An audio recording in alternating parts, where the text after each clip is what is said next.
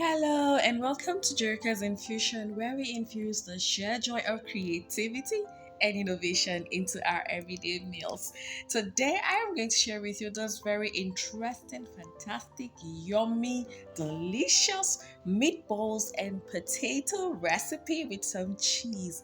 Friends, this popped up in my recommended feed on YouTube, and I decided to give it a try sometime around Christmas, and it was a hit with my family. They absolutely loved it. Based on popular demand, I had to make another batch for them and I decided to film it and share it with you. You're going to love this recipe. Hope you give it a try.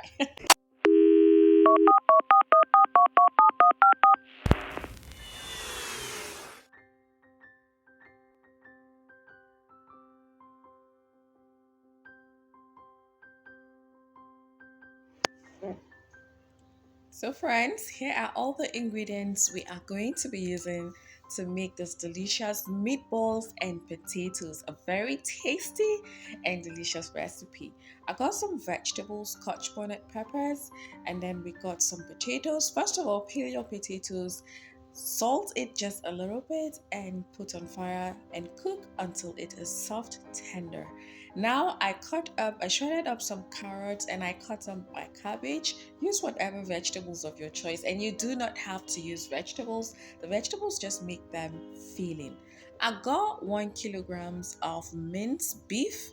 You can use ground turkey or anything of your choice. And I'm going to add some of my cabbage and my carrots. The initial recipe I saw, she just used cabbage, but I wanted more vegetables and to make it more filling. Okay, now you can completely omit the veggies, but it makes it more filling such that you can just eat. You can eat one and actually be full, and if you eat a lot too. Here I blended my onions, ginger, and garlic, and I am adding it to my mix. And I have also cut up some scallions and I'm incorporating them into my beef. I got some thyme, curry, cayenne pepper, salt, onion powder. Use any seasoning of your choice.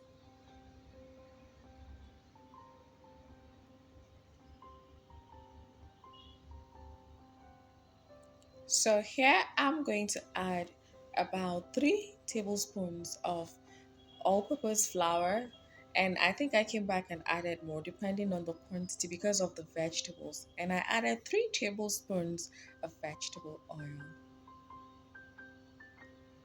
So here I'm going to break in some eggs into my mix, and I'm using about 2 eggs for this recipe.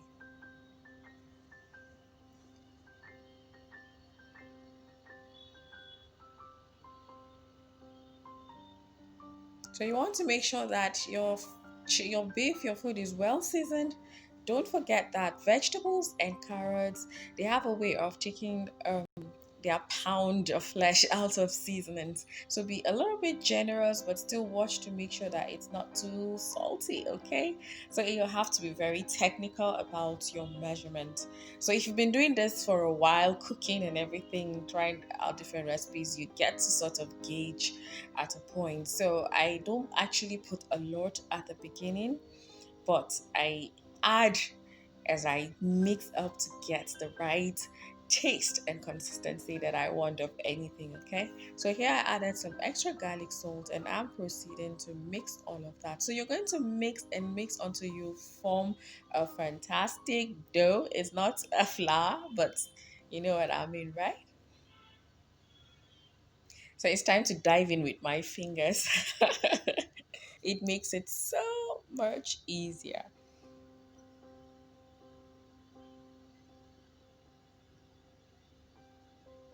So I'm adding extra flour here because my vegetables are actually a lot. I want them that way.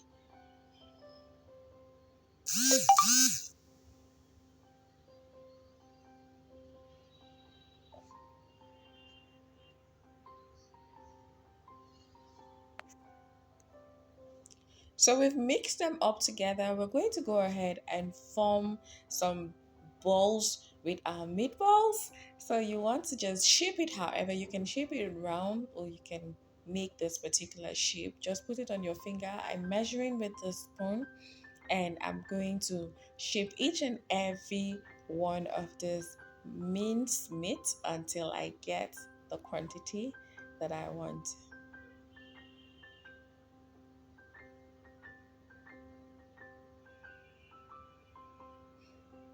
So I'm just trying to make sure it's even, but of course it wasn't completely even, but that's all right. That's all right.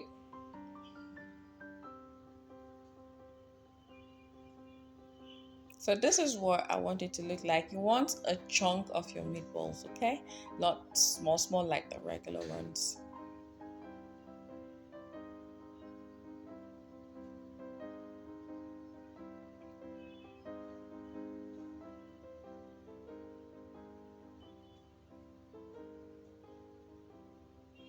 So now back to my potatoes.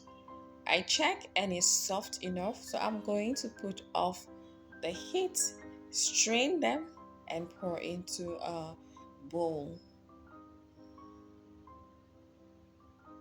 I tell you, this recipe is so quick and so easy to make. It doesn't take time at all. And it is so filling. You can have it for lunch. One piece, two pieces, and it's enough. You're filled up. I tell you, you're filled up for a very, very long time. So herein I put my hot potatoes and I added 3 tablespoons of butter. You can use cheese. You can use cheddar cheese, feta cheese, or mozzarella cheese. And I added some salt and some garlic salt and some black pepper, and I'm going to go ahead and mash my potatoes. Oh yes, I incorporated some scallions.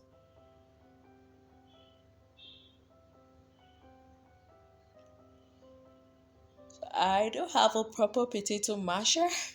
I've actually been looking for it. It's funny, I might have to order online. But I used this week's, it wasn't working for me, so I went in with my traditional pestle. That is actually very, very, very effective. So you just want to mash. It doesn't have to be completely smooth, but you just want to get a nice consistency. Ooh, and those potatoes are beginning to smell so good. You know how the butter and the potato, like making a proper mashed potatoes, it smells amazing, right? Yes. I seasoned with some pepper, cayenne pepper, and some thyme.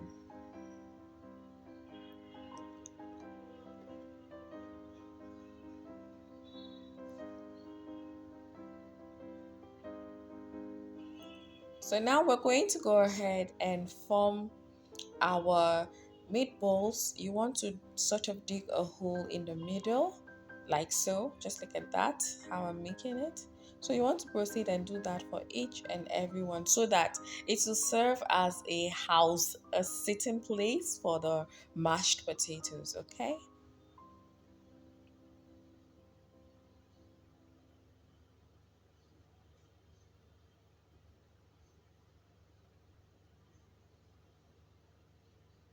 So I wanted to do one at a time, but I just proceeded to do to finish shaping my potato balls into something like a boat.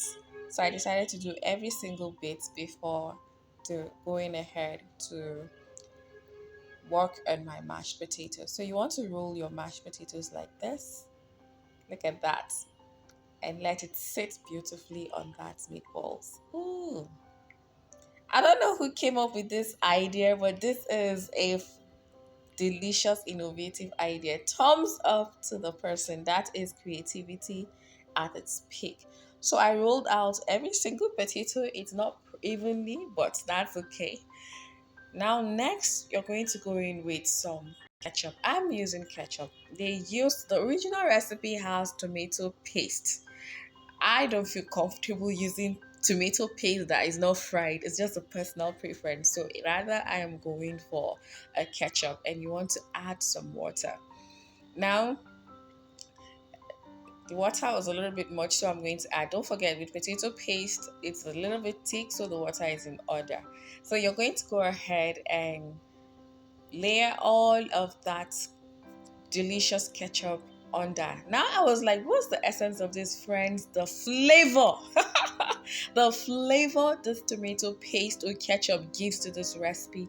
Please don't omit this part. It sort of soaks into the meatballs, it makes it cook nicely, and it carries everything together.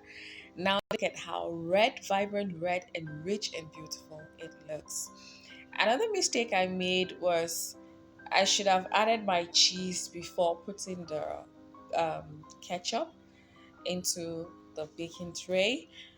So because what happened was as I was dropping my cheese, it was dropping into the potato, the ketchup, and it made the liquid white. I didn't like the color. I wanted it to look vibrant, red, and rich like this. So next time I know what to do, okay? So you can use cheddar cheese, you can use feta cheese, but I am using mozzarella cheese because I think I just have mozzarella and parmesan at home. Okay, so see, already the cheese is dropping. So please don't be like me, don't be messy like me. Make your own neat and beautiful.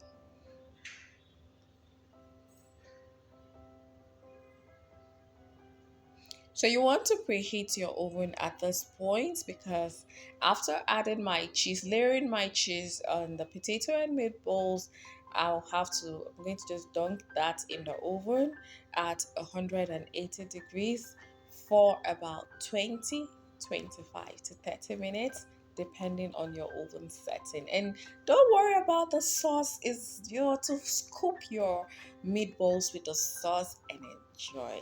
Honestly, I think I prefer the ketchup. It really gave it an umami flavor. So this is ready to go into the oven. Look at that. Beautiful. Gorgeous. Oh yes, I added some red pepper flakes.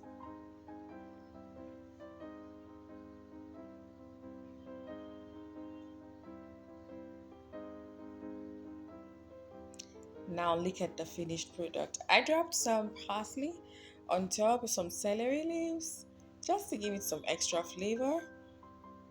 Now look at that. Gorgeous. It smells so good. And it tastes so good. The potatoes are soft and it sort of just melts into the meatballs with the cheese, and then the ketchup just adds a lot of umami flavor. It just carries it through. It's like a dipping sauce that you cooked something in, and it's you just don't need anything. At the point, I was asking my husband, should we pair with something? But we agreed, no. It's delicious just as it is. It doesn't need any kind of pairing. Friends and family, I would love you to give this recipe a try because I know that you will love it. Let me know in the comment section what you think. Look at that. Look at that. Beautiful. Classic. Elegant. I love it.